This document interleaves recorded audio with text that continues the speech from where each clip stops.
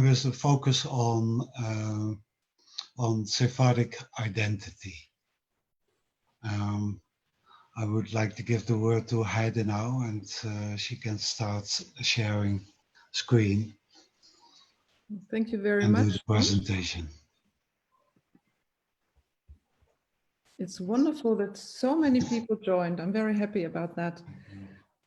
First of all, I would like to thank the Sephardi Heritage Projects and Tom Thiele and David Mendoza for giving me the opportunity to tell you something about this beautiful library. Some of you might know it, and as you can see or can imagine, it really is every librarian's dream. It is so beautiful, and preferably I would like to give this presentation in the library itself, so that you could experience with all your 5 senses, well, maybe not the taste, but like Ton said, the smell is amazing, what Ets Haim is about.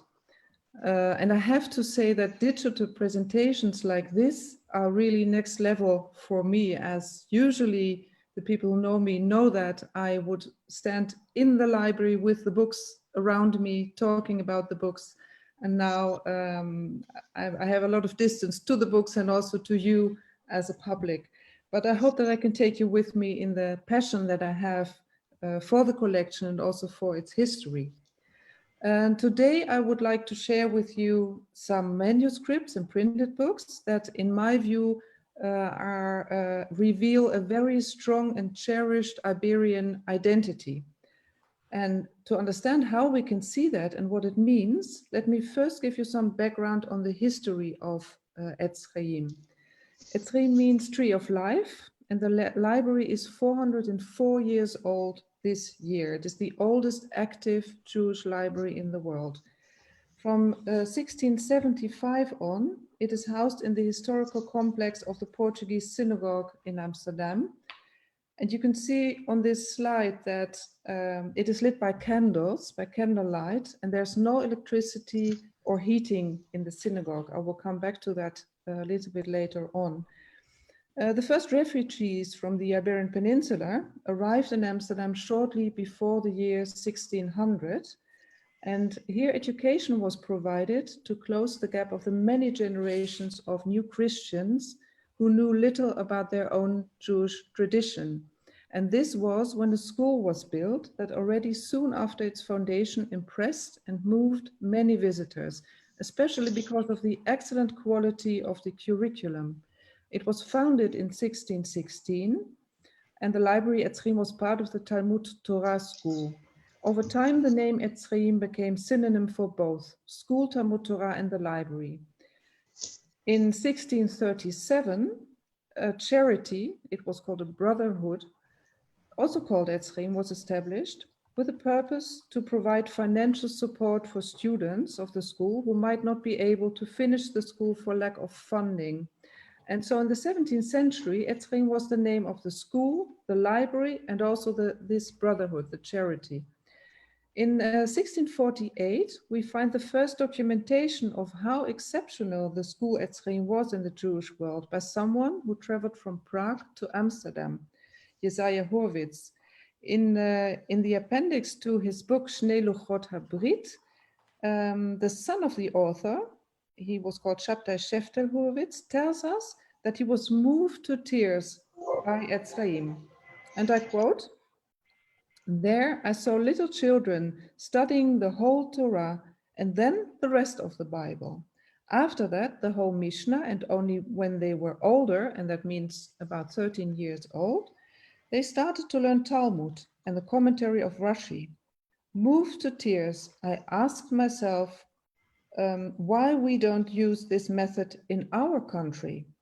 Oh, if only the wise men in the whole world would commit to this method of teaching as fundamental principle for all Jewish congregations around the world." So this he said about the school and the library Ets Haim.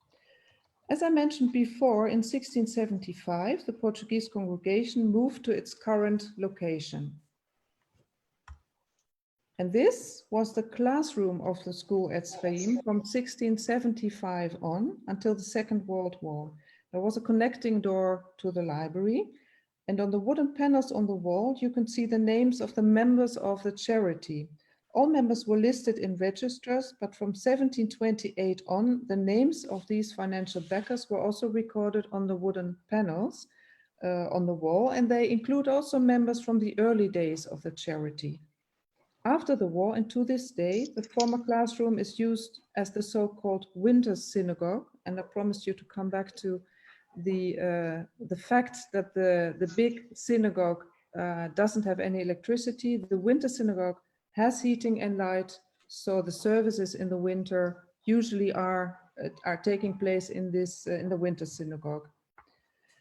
This is the library today, and you can already see, you can also see that in my background. I'm not sitting in the library, so if you see me drink a glass of water, don't worry. I'm sitting at home and not in the library. I won't pour it on the books. To understand the collection of the library, it is important to realize that the members of this community incorporated many Iberian traditions into their new surroundings. And in this sense, the collection is a very good reflection of the range of thought and ideas of this young community. It is more than just a collection of books. The library has two parts: the original school collection of the congregation and the private collection of David Montesinos, which he gave to Ets Haim in 1889. And I have a picture of him here with his assistant, Jacob de Silva Rosa, in the original part of the library. You can also see on this slide the nightmare of every librarian, and that is the stove there, the lighting with the fire. We don't have that anymore, as you can imagine. Montesinos was librarian of Ets Haim for 50 years and was very much aware, and I'm happy that he was, of the historic importance of keeping the original collection on separate shelves and not mixing the books with his own collection. Because I'll go back to the situation now, the library nowadays. The fact that he was aware of the historic collection separate from his own collection gives us the unique opportunity to see the whole range of thoughts and ideas of the first Portuguese Jews that settled in Amsterdam, as we can still identify the original collection. It is a window into the history of the Portuguese congregation in the 17th and 18th century. And you might know the expression, "show me your bookshelf and I tell you who you are," is very true for the collection, because many questions can be answered by looking at the shelves in the library. Who were the first members of the congregation? What were their interests? Did they feel a citizen of Amsterdam, Dutch, Sephardic, Jewish, cosmopolitan? Did they take pride in their heritage, or did they look back in hatred? And how did they, for example, react to the false Messiah Shabtai Tzvi, who caused enormous turmoil in the Jewish world around the year 1666? How did they deal with conflicts or thought about other religions? And also, what did daily life look like? Which methods of preparing medicine were there, and what was the price of meat? So what do the books tell us about the young Sephardic community in Amsterdam? And how did the members of this community perceive themselves? All these questions and more are answered by looking into the collection of Ets Haim. And I was focused especially on the manuscripts and printed books written in Amsterdam. And I've chosen some texts that give us an insight into different aspects of the personal identity of the writer and also of his audience. The concept of identity is, of course, quite complex and has changed through times. And in this presentation, I will focus on the personal identity of the individual person or the group. Basically, the approach to identity is the answer to the question, who am I or who are we? Life in the 17th century as a member of the Portuguese congregation was very much centered around the religious community, the school of the congregation and the library Ets Haim. And as a result, the collection of Ets Haim provides, as I said before, an excellent insight into the mind and daily life of these so-called new Jews. And even further than that, we gain a clear picture of the identity, and it might come as no surprise that it has a distinctive Iberian nature. In terms of culture, the newcomers had an Iberian heritage, and this was very much cherished here in Amsterdam. This is visible in the choice of language, the writing style, the arts, and the subjects that were written about. And I will start with the language and writing. Portuguese remained the spoken language until well into the beginning of the 19th century, and it was also the administrative language for matters of the congregation. Spanish was the literary language, and Hebrew was meant for liturgical use. Knowledge of Hebrew could not be taken for granted, so the vernacular was also a tool to reach those who did not know Hebrew. Evidence of the lack of knowledge of Hebrew can still be found in the 18th century, but I have a very early example here from the year 1629, when the first printer of Hebrew in Amsterdam, Manasseh ben Israel, was planning to print this book, the work of Joseph del Medico about physics, metaphysics, astronomy, Kabbalah, and the book is called Sefer Elim. The members of the board of the congregation, the Parnasim, had to give permission for every book printed, and also in this case, but Manasseh had already started printing the work. As not every Parnas knew Hebrew, Joseph Salomo was summoned by the board to translate the whole work into Portuguese and read it aloud in order to enable the Parnasim to judge the work. Manasseh had to explain difficult passages of the text. And by the way, we know now that certain parts, especially with criticism of Kabbalah, were censored by the Parnasim and never printed. But this is for another presentation. And here I want to focus on the use of Portuguese and Hebrew. It seems that Portuguese also served as the language from which Hebrew was taught. And this is evident in this next book. It's a Hebrew grammar by Manasseh ben Israel that he wrote when he was only 17 years old. As teachers adapted the trivium, the grammar, logic, and rhetoric to traditional Jewish scholarship in the school Talmud Torah in Amsterdam, there was also focus on learning Hebrew grammar. And this approach was modeled on the Jesuit schools familiar from Spain and Portugal. Particular care was taken to translate texts into Spanish and Portuguese. So this is the grammar written by the famous Manasseh ben Israel. He was born on Madeira in 1604, and his family arrived in Amsterdam in 1613. In 1622, when Manasseh was only 18 years old, he became a rabbi of the congregation and a teacher of Talmud Torah. As I mentioned before, Manasseh was the first Jewish printer of Hebrew in Amsterdam. He had an enormous impact on the Hebrew printing industry in the world, I have to say, especially in Amsterdam. So this is a copy of his grammar, copied by his pupil Solomon de Oliveira in 1647. And I also have to say that this text was never printed. So this is very special. I believe that only three copies of this manuscripts are somewhere in the world, 2 of them in Amsterdam. There was definitely a demand, still a demand for dictionaries in the 18th century. As we can see here, a Hebrew-Portuguese Talmudic lexicon written in Amsterdam in 1755. And another example of the use of Portuguese alongside Hebrew is this this commentary from the 17th century on the 13 Articles of Faith of Maimonides in Hebrew with Portuguese translation. When we take a look at writing Hebrew, the Amsterdam Sephardim often chose to use the pre-expulsion medieval Sephardic script for their manuscripts. It looked like this. We have many examples of this type in our collection, and it seems that especially when emotion was involved, this distinctive type of Hebrew writing was used. And what is very interesting about this fact is that this is the pre-expulsion Hebrew script, but we're talking about writing in the 17th century. So it's very interesting. The fact is very interesting that they came back to this. They decided to use this pre-expulsion Hebrew script. I want to show you one of the most interesting, I believe, manuscripts that we have in the collection that is written in this pre-expulsion Sephardic script.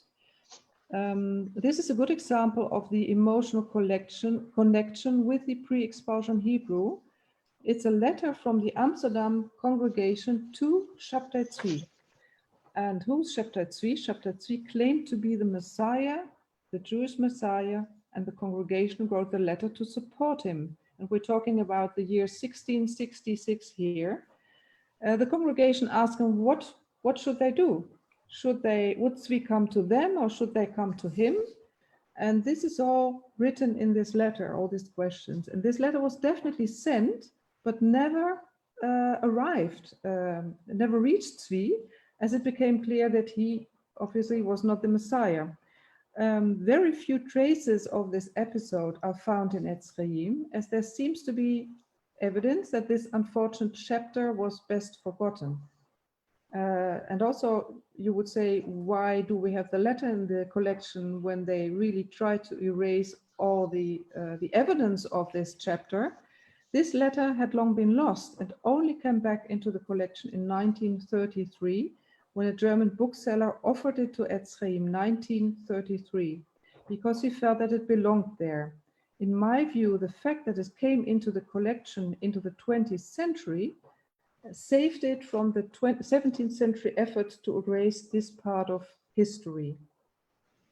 Apart from the use of pre-expulsion Hebrew, it also gives another interesting piece of information. You can all read that in the letter, but I have to say it is very difficult to read, even for those who can read Hebrew.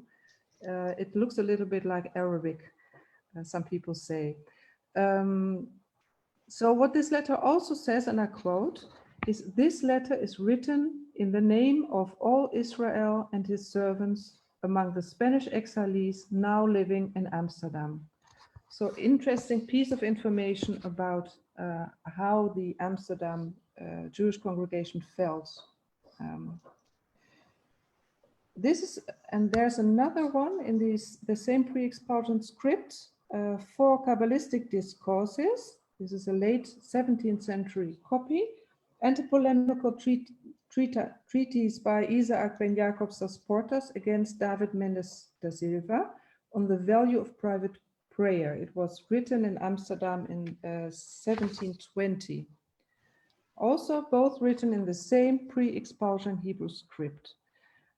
Interestingly enough, when it comes to the pronunciation of Hebrew, we also have a short exposition in the collection on the preference of Sephardic pronunciation of Hebrew over the Ashkenazic. So that's also interesting. Let me get to the arts.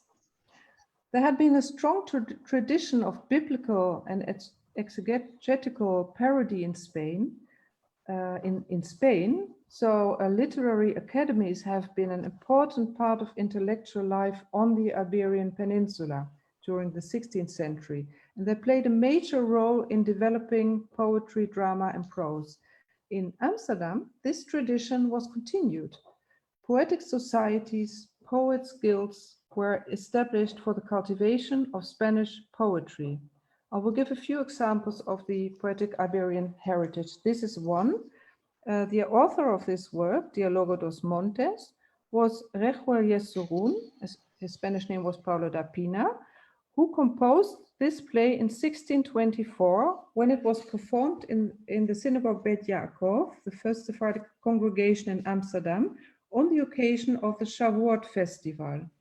Da Pina was born in Lisbon into a new Christian family, and he moved to Amsterdam in 1604. And this play is an example of the genre of religious auto that developed and flourished mainly in Spain. The autos were one-act plays with a religious intention and a didactic undertone. And this is the story of the claims of the 2 mountains Sinai. Just see that I have the wrong picture here. Yeah, this is it. This is the story of the claims of the 2 mountains Sinai and Moriah of being the place where the Torah is to be given. The subject clearly comes from Jewish sources, but the form is entirely Iberian. Many examples of poems can be found in the compilations of David Franco Mendes, who was an important member of the congregation, a Talmudic scholar, and one of the leading poets of the 18th century. Some of his poetry is his own creation and some are copies of works by others, and you've already seen this one. This is an example of a Spanish octava by Daniel Levy de Barrios with Hebrew translation, and on the right, a Portuguese sonnet also with a Hebrew translation. This is an anonymous rhymed Spanish paraphrase of the Pentateuch.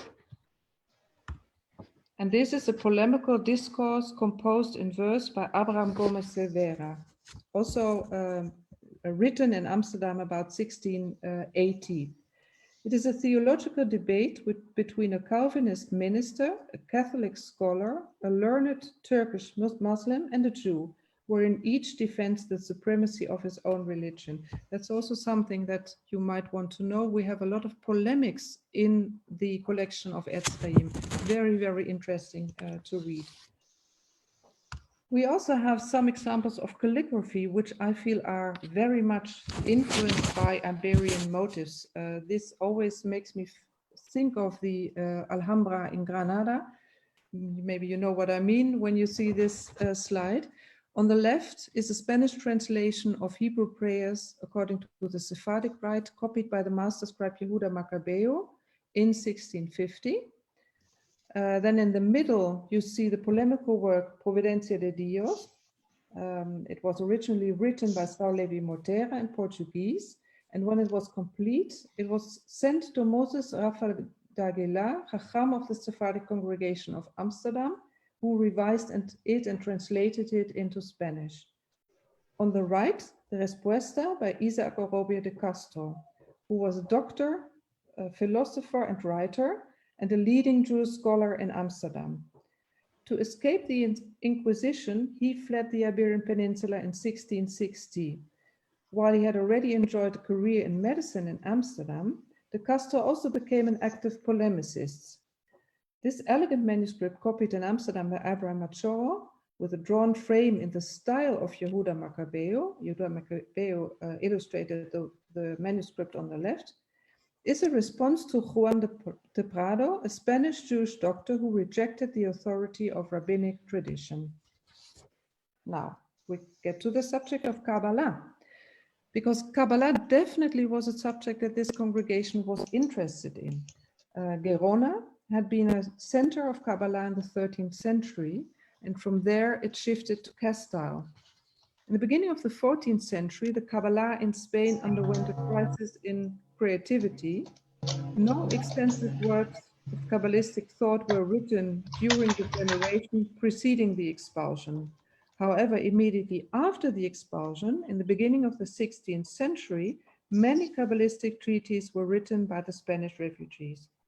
And in general, we can say that all major works of Kabbalah are to be found in the library Ets Haim.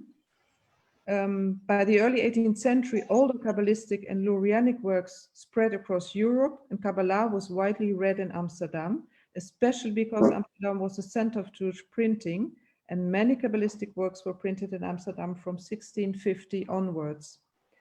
This is the Ilan Svirot, showing the structure of the divine emanations that you can see here on this slide. This is also a beautiful manuscript.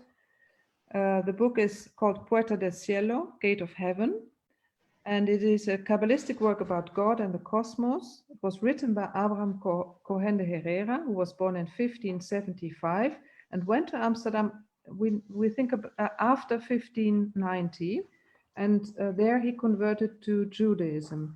Herrera had a very strong influence on the spiritual life of the Amsterdam community, and this is also one of the 3 manuscripts that still exists, very unique manuscript. Another subject, which I find says a lot about the congregation and also the Iberian connection or identity, is the relation to officials. Traditionally, the relationships the relationship with Dutch royalty have always been excellent. Many poems and prayers are dedicated to the stadholders, princes, and kings of Orange. We have a Hebrew prayer for the success of the campaign of William III in Ireland. There are Hebrew prayers with Portuguese title for a speedy delivery for the Princess of Orange in 1769 and for an easy pregnancy of the Princess of Orange in 1772. We have a Hebrew and Portuguese prayer for the marriage of William V of Orange and a Portuguese poem for his installation, and many, many more, I have to say. This example that you see here is a poem to celebrate the adulthood of William III in the year 1766 in Dutch and in Hebrew. It's a beautiful poem. You might ask yourselves how this poem shows us traces of Iberian identity. Well, let me quote René Levin-Melamed, who describes the relationship of the Jews in medieval Spain like this. The Jews appreciated being associated with the king and preferred to bypass the local bureaucracy. The direct line to the crown was not only a matter of status. The community could generally count on the king for protection and appeal to him when need be. These thoughts must have been in the DNA of the Portuguese community. It is in Amsterdam. It is impossible to say whether the concept of bypassing local authority in Amsterdam was of importance. However, we do not have any evidence of prayers or poems in our collection written for a local authority, only for royalty. So maybe that says a lot. Let me just scratch on another subject that is part of the Sephardic DNA, trade and overseas activities. This is an example of a dictionary in Portuguese, Spanish, French, and Dutch of shipping terms. The book was used as a handbook for the insurance broker David Franco Mendes, whom we have already met as a poet. And to come back to the question that I posed in the beginning, what do the manuscripts tell us about the young Sephardic community in Amsterdam and how did they perceive themselves? By looking at the manuscripts and printed works, we have seen that there is a very strong emotional attachment to Spain, to Spanish and Portuguese, to the Iberian Peninsula in general, and even to the way of life. From the 17th century on, the community has always taken pride in the Iberian heritage and remained doing so. Even in our times, the strong identification with Spain and Portugal continues to exist. So let me conclude with Menasseh ben Israel. You have heard his name before, the first printer of Hebrew, the first Jewish printer of Hebrew in Amsterdam. When Frederick Hendrik and his son Willem II and the English Queen Henrietta Maria and her daughter Mary, Princess Royal and bride of William II, visited the synagogue, Menasseh wrote his welcoming speech and spoke the famous words, "We no longer think of Castile as our fatherland, but Holland." This is a very strong statement when we are talking about identity. And you might even say that this statement doesn't help to prove the point that I want to make in this presentation about the evident Sephardic identity that we can see in the collection.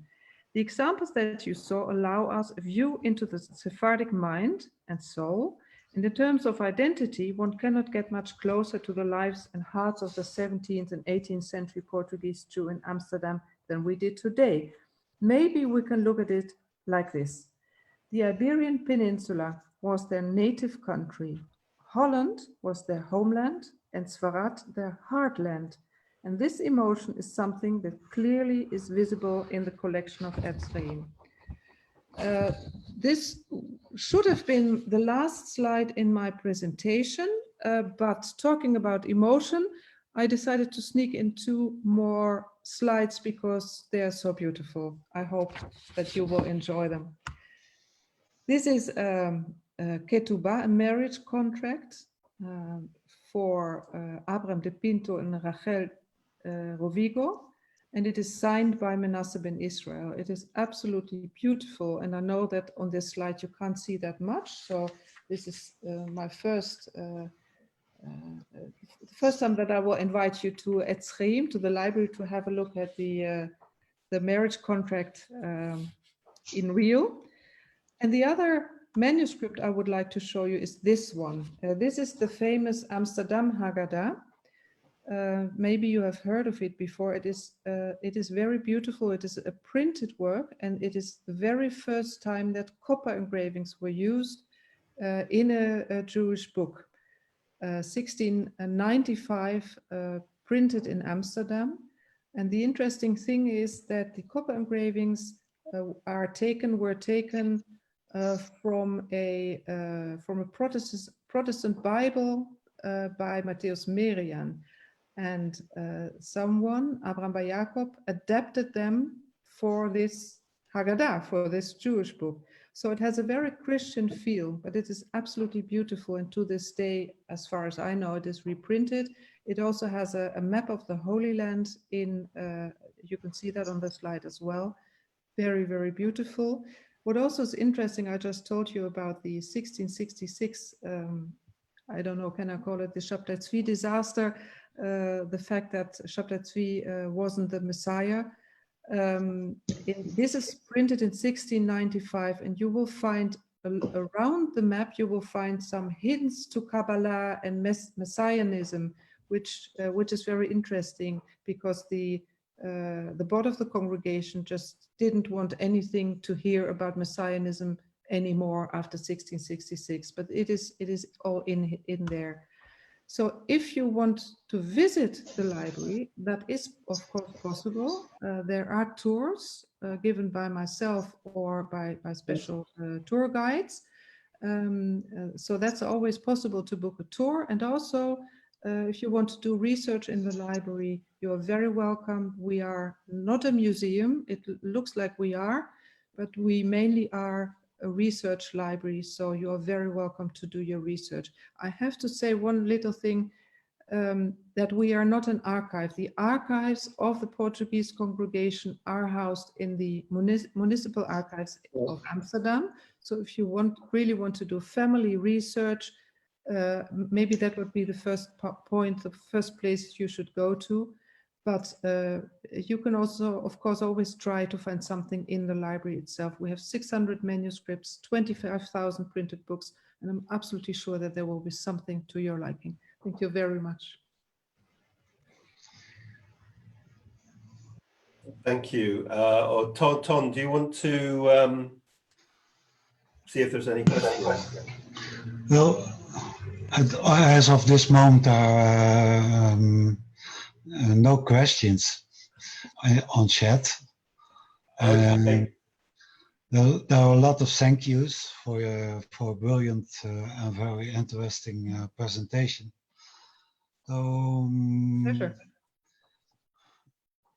maybe we could go live, and if Heide finishes the screen sharing, then I'm just looking on Facebook, and I can see, sorry, because we have a full house on Zoom, but I just want to say hi to Salomon Vaz Diaz, Nachshon Rodriguez Pereira, Jose, Trevor, Kevin, and everybody else who is joining us via Facebook. And if anyone on Facebook has any questions, I can ask those to Heide. That was awesome. That was really awesome. I always think that when I'm in the library, there's nothing that I would have to say. It speaks for itself. It's so beautiful. So you really should visit. When we were talking before we went live, you were saying that there's a lot of books in Hebrew that haven't been indexed. Do you know what they are? Yes, we do know what they are, because we have this old-fashioned card catalog, and this card catalog was put into an Excel file. I don't know, 15 years or 20 years ago. Yes. So we have a database, but it doesn't have all the fields that we would like. When you are researching Hebrew books or books in general, old books in general, you also would like to have some information on the printer, for example, and sometimes the subject and at least the author. And in our case, in general, we only have the title and we have the place and the date. About half of our collection of the printed works you would find in WorldCat, so for everyone to see.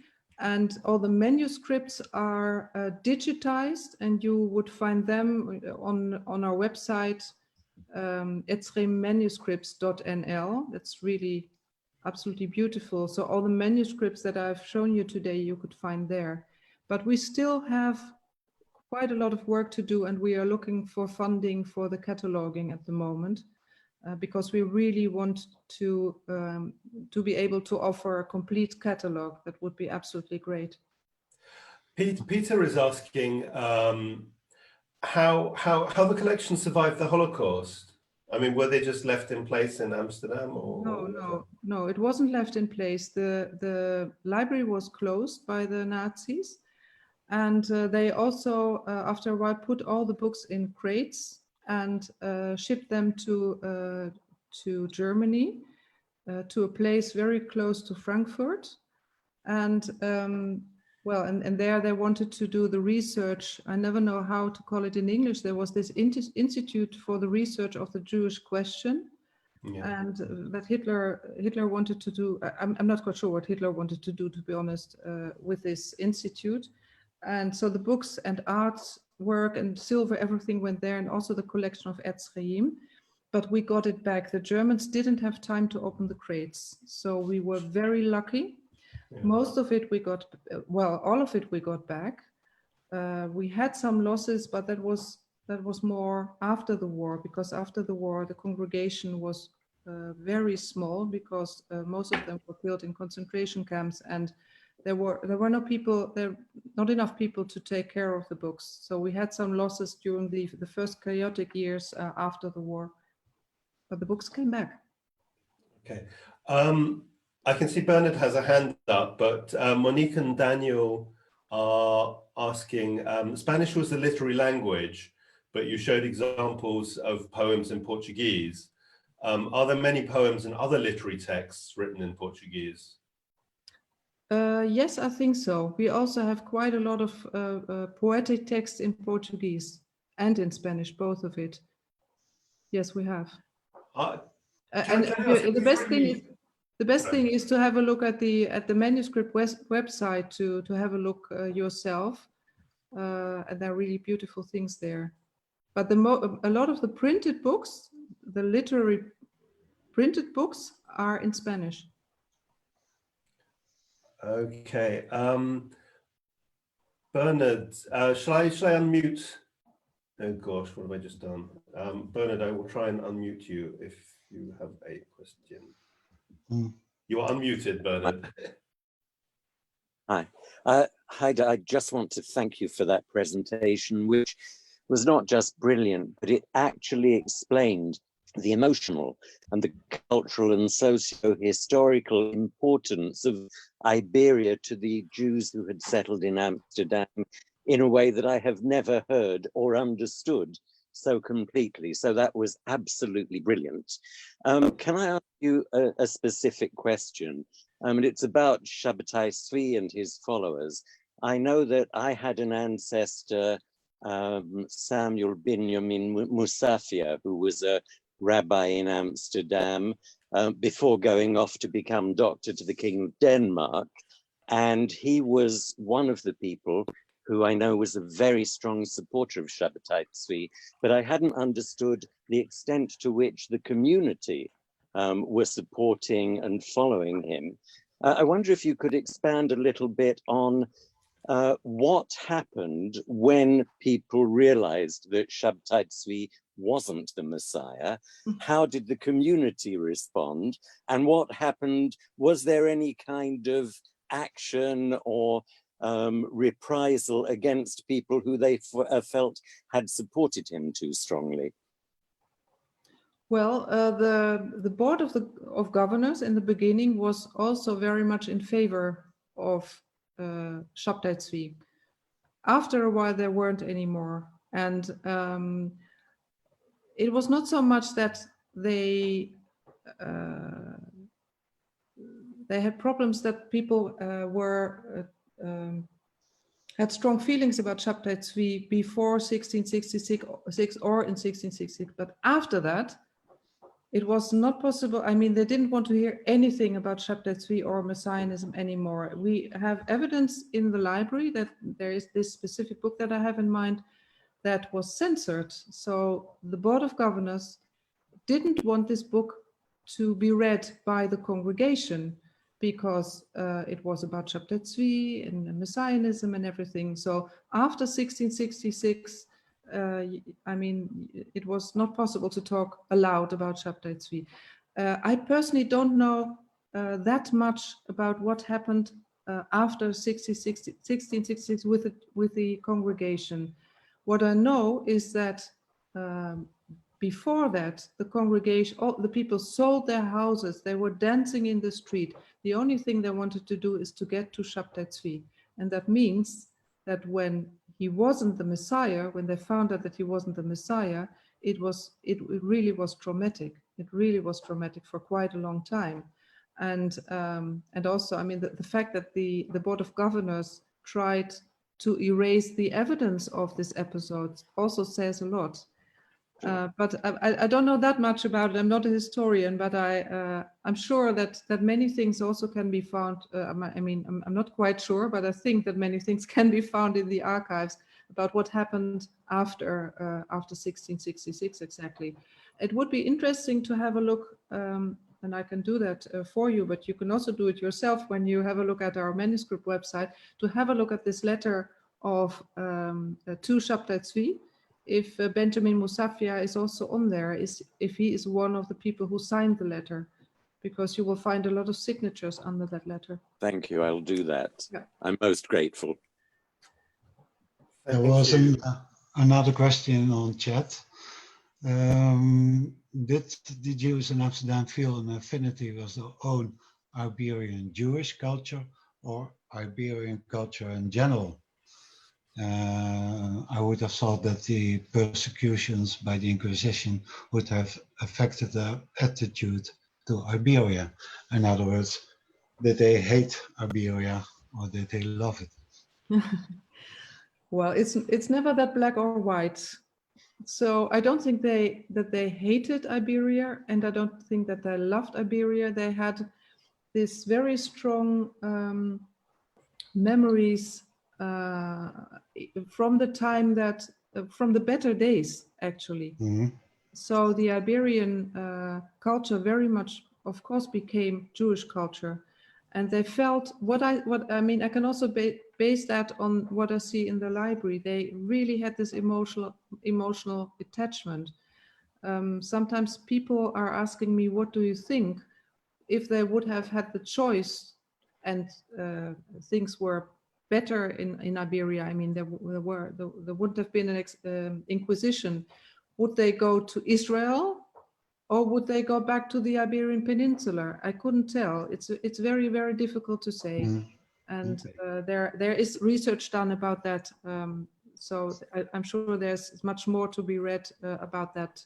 I only can base, I mean, what my presentation now is really based on the evidence that I see in the library. And so, I mean, all the books that nearly every day I see some traces of this Sephardic identity, and I feel that, and to what I said, to this day, the congregation is very, very much attached to that identity, and even very proud of being from Spain or Portugal and having these ancestors. Yeah. Can I? Sorry, can I just jump in? First of all, to say to Michael, thank you for your question. I owe you an email and I apologize. Also to say hello to Gina on Facebook. Also, if Adam Brown is here, I see that Stephen is online under the name of Stephen Delgado. If the two of you want to get into touch, Stephen, I know that Adam is looking for Jamaican Delgados. if you're not already in touch. I'm sorry, Tom, continue. Okay. Another question on chat: is the library still collecting? Yes and no. We don't have a very big budget, so that's a problem. But the other thing is that basically, more or less, the collection ended with the Second World War. So what we do is that we, as I said before, we lost some important works during the years, and if we see something that has been in the collection before, we will try to buy that back. And of course, if one of you would come with a very special print of Menasseh ben Israel or someone else from the 17th or 18th century, I wouldn't say no, but there is no active acquisition. Handbooks, modern handbooks, but other than that, no. It's very expensive, the market for books now. And also, I'm very much aware of the historic importance of this collection. And if I'm adding books now, I mean, this is a historic collection, and it started in 1616 and it stopped in with the Second World War. So I think it would be very strange to just keep on adding books. And also, if you have seen it, the library reading room behind me, it's quite small. Okay. Just also a matter of space. Another question is there a relation between curator publishers in the Netherlands and Ets Haim? I don't know. That is very much a 20th century history. No, I don't know. I don't know. There must be. I mean, but I don't know anything about that. No. Fred is asking quite a practical question. Is that when he visited the synagogue, he didn't see the library. How come? Yeah, well, it's a very easy answer. I mean, we have, in good times, we have about 400 to 600 visitors to the Portuguese synagogue every day. And if we would all let them into the library, there wouldn't be any books anymore because, I mean, for conservation reasons, it's just not possible. Yeah. So you can book a library tour. And of course, as I said before, you can do research in the library, but it's not part of the museum premises in that sense. It's just not possible. So the library is in one of the buildings surrounding the synagogue. Yes, I think that's what you meant. Yeah, right. And all the other buildings you can visit, except for the library. It's just not possible. Deborah's asking if you have any of the writings from the Azevedo rabbis in Amsterdam. I mean, we have so many manuscripts and other documents that, of course, the name I know, but I can't tell. So if you could get in touch with me, that would be wonderful. Then I can find that out for you. Daniel has perhaps you can look in the chat because Daniel has a practical question about the meaning of contents, how things are indexed. I don't know if that's somewhere on the website. Well, the what you see there, it's the F. It's for folios, so that's one page. And the one is for, well, it's a little bit, maybe if you could also get in touch with me, then I can explain it to you. It's a bit technical. I'm afraid. Yeah, it's not difficult, but it's a bit technical. Another question from Eliza de Sola. The material dates from when to when approximately. When were they first organized as a library? These are two different questions. The material that we have date from 1282, so the 13th century, well, to this day, or to the 20th century, you could say. They were already organized as a library in the from the very beginning on. So from 1616 on, in the beginning it was really the school library, and we know that from the very beginning they were indexed, and there was a kind of catalog, and we have the catalog as well, but it's very sketchy. It's very difficult to find the books that are on the catalog and identify them, to find them in the library now. But from 1616 on, they already had an organized library. Celia is asking about writings from Abraham Mendes Chumacero. Is that just going to be on the index? Yes, you would find that also on the manuscript website. Yeah. But apart from the manuscript website, we also have other handwritten documents that are not on the site. So these are the books, so to say, the bigger works.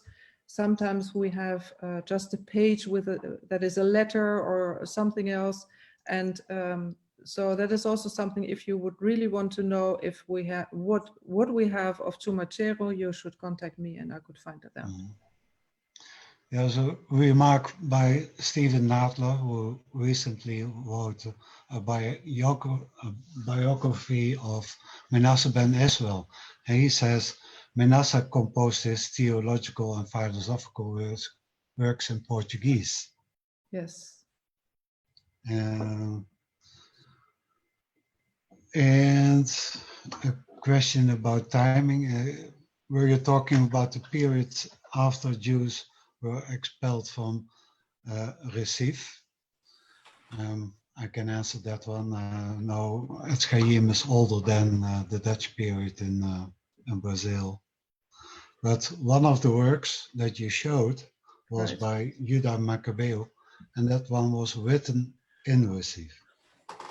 So there's a connection to Brazil here. Yeah. And okay. Question from Stephen. Mm-hmm. Heide, you mentioned that Ets Haim was originally a school and a library, and then later, 1637, an educational society. When did it become a yeshiva for training rabbis? Do we call it yeshivas, Spanish and Portuguese? Yeah, well, we don't call it yeshiva. Yeah. We call it a seminary. Yeah.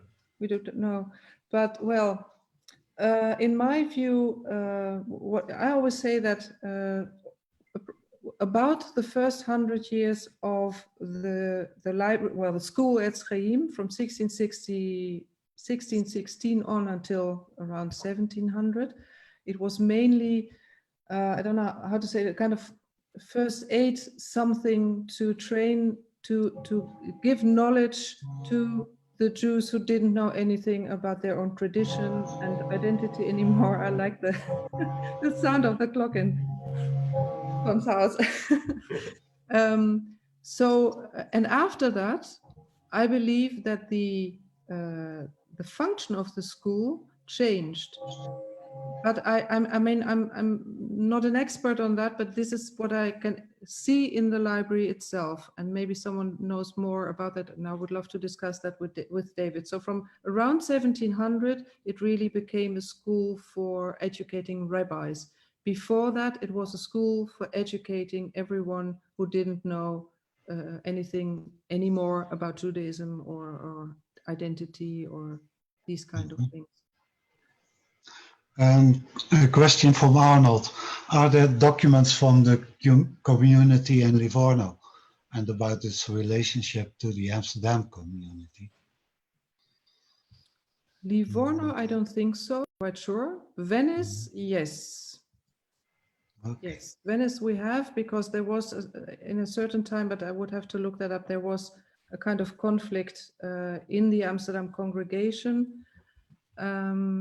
And I'm not quite sure if it was Manasseh ben Israel, but someone contacted the Venice Board of Governors to ask their opinion about this conflict. No, it was earlier than that. But we have this records for Venice, but I don't think for Livorno. Mm-hmm. And a question from Deborah. Do you have writings from the Azevedo rabbis in Amsterdam? I think she means the Cohen Azevedos. I don't know now. I mean, we Maybe just have so many things that I like I said, I know the name, I've come across that name, but I don't know if we have it. But if you have a look at the website, you can already see if we have something by him or them. And if you want to know more, just contact me and I will find out for you. Okay.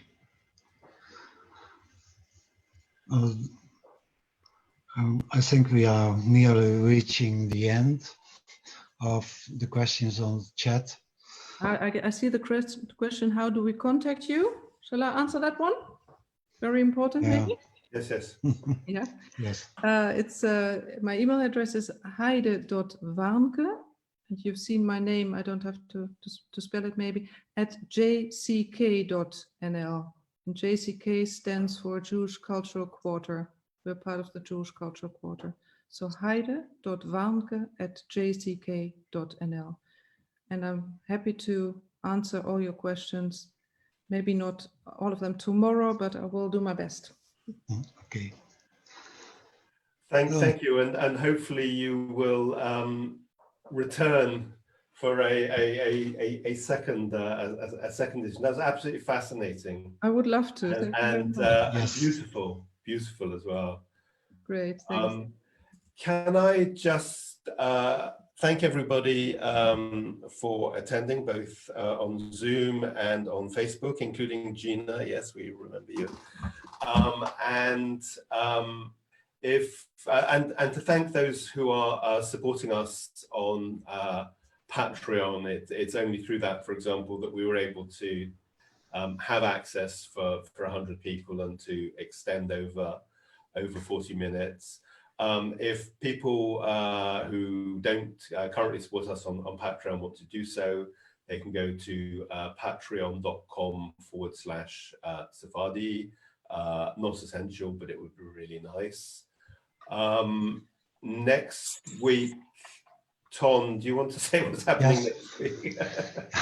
Yes, next week we will have Michael Waas, who is an archaeologist and historian who lives in Haifa, Israel, and he will talk about Jewish heritage, identity, and sites in Salonika, Izmir, and Tyre, and Turkey. And the title of that is Nuestro Yerusha. And I'm sure it will be another riveting talk on Sephardic World. Thank you everyone for watching, especially thanks to our Patreons who make this work possible. And if you haven't signed up as a Patreon, you can still do that. Thanks everyone. And the last words for David. Thank you again, and as I said, thank you for our patrons, because it's proving an expensive hobby. Many thanks to Heide. It was actually our best attended talk so far by two people. And yeah, it was really beautiful. Thank you so much. It was we had a full house and maybe 40 people on Facebook. Yes. So I will just unmute everybody if anybody wants to say goodbye, and then we will log off. Thank you. Thank you. Bye-bye. Thank you. Bye. Bye. Thank you. Very much. Thank you very much from London. Thank you. Thank you very much from London.